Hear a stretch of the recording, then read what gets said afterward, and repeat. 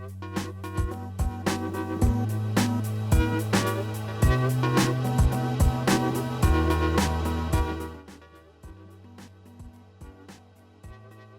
in this video, I'm going to be running through the editing of the SCTs and the work units that have been created for you. If I go to Service Catalog templates on the left here and click search, you can see there are 6 Service Catalog templates that have been created. So I'll just go through one of these just to give you an idea. This is the disputed transaction SCT, and as you can see, all of these have been named in a certain format. So I've done SCT and then a hyphen and then CC for whichever service it's for, and then the name of the subcategory. So this workflow sends out an automatic alert to the payouts team. This runs automatically, as you can see. And then the next two here are manual processes. So this one is for the payouts team to complete the work item they've been alerted of. And this one is for the contact center to complete the recipient confirmation after the transaction process has been completed. So these are in that particular order, and the dependencies are written in the same way. It is important to keep these in the right order though. So if you do want to generate work units, work items from a work unit, they do have to be in the order of their dependencies. And the same goes for approvals as well. So if I want to edit anything here, the only stuff that you can really edit is going to be the title, the description. I wouldn't worry too much about the portal title and portal description, as there's no action catalog for these SCTs. But the title up here and the description up here can be edited. If you want to add a new task to that particular SCT, you can just click Add Task, and then that'll give you the options of all of your work units. So I'll just cancel that. To add a new work unit and to edit those, you can just go to Work Units on the left here. I'll go to Work Unit. And these are all of the different work units for your 6 SCTs. So some of these are reused. For example, the send confirmation one, I believe, is reused a few times. But if I go into this one, actually, no, it's only used by one SCT. If you go into it, you'll be able to see where they're used. So, for example, this one, the send alert recipient confirmation, is used in 2 SCTs, these 2 here. But if I'm in this work unit, then I can also edit the description and the task description and the name as well. So the work unit description here is only for this work unit, and it doesn't actually apply to the work item that's generated.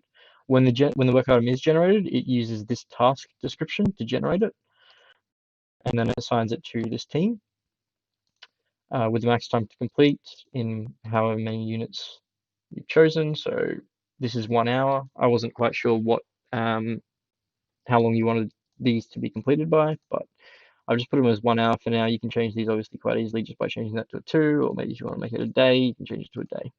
Up here is the run task 1 step section. So I can see that this procedure category is automatic. This is going to email the DSS confirmation. So if I just click set 1 step, I can see that it's attached to this particular 1 step here, and I edit that one.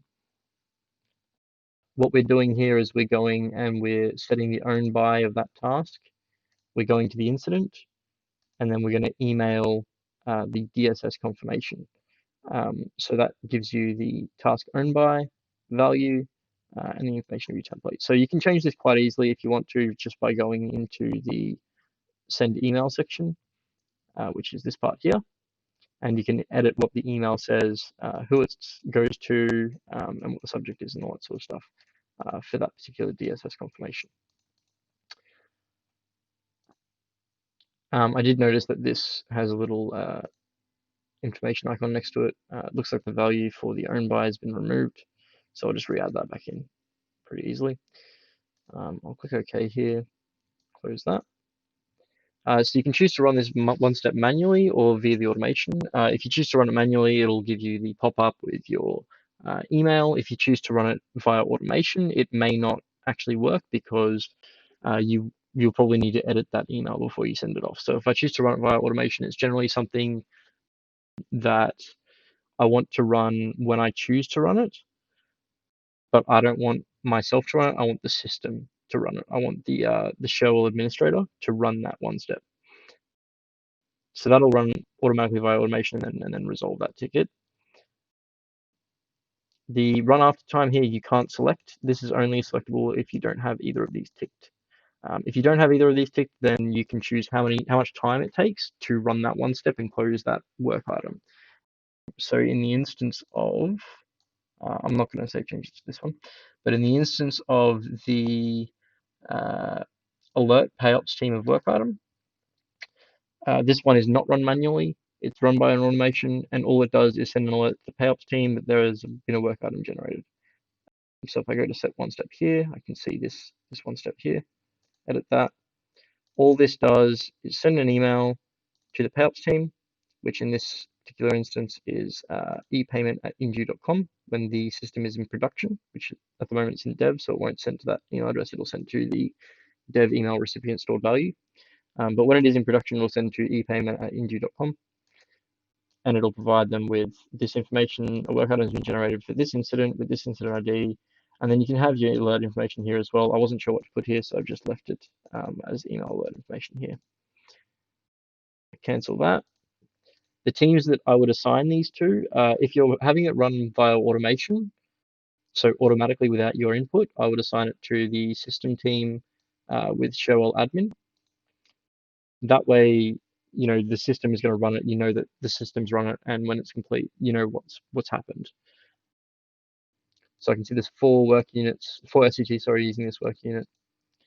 And I can go to these if I want. Just bring that up in a new window. Just really quickly, you can bring something up in a new window by holding down the Shift key while you press go to service catalog template. So this one, yeah, alerts the payops team first, then the payops team performs the transfer, and then the DSS confirmation is emailed by the contact center team. So yeah, hopefully this helps you organize your work units and change the descriptions and the email templates. Cheers.